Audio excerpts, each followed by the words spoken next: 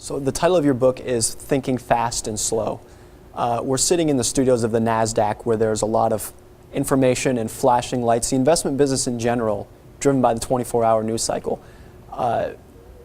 almost forces investors to think fast and to act fast.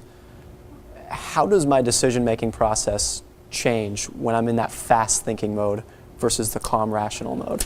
I mean, again, the word investor here is difficult to cope with because there are so many kinds of investors, even among professionals. So if you're talking of day traders, of people who trade over a range of minutes and so on, then probably a skill develops, and probably when they are skilled, they will detect patterns that may actually be there. So for all I know, there may be patterns to be discovered that enable people to do well. There certainly are patterns that enable algorithms to do well in short-term trading. And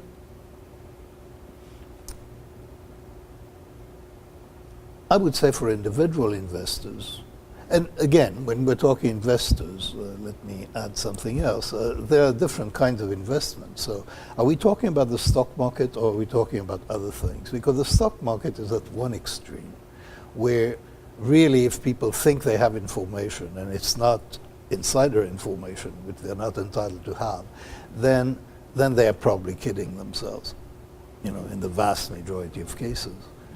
If there are many other markets where, where actually the market is not perfect and there is a lot of information that people can get, and some decisions are much better than others, I would say that in general, unless you have a skill which is almost like an athlete's skill of reacting to very short-term patterns, slow thinking probably is better than fast thinking in investing.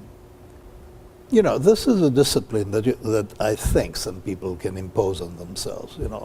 Let's stop and think about it. And, then you're in the slow thinking mode. Let's sleep over it. You're in the slow thinking mode.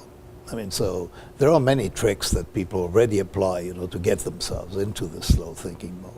Whether they then do their homework and do it adequately and take a view of what they're doing, which is what I've called the outside view.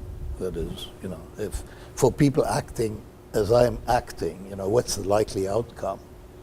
That is intelligent slow thinking. So not all slow thinking is good thinking. There's no guarantee that slow thinking is good. So some kinds of slow thinking are better than others.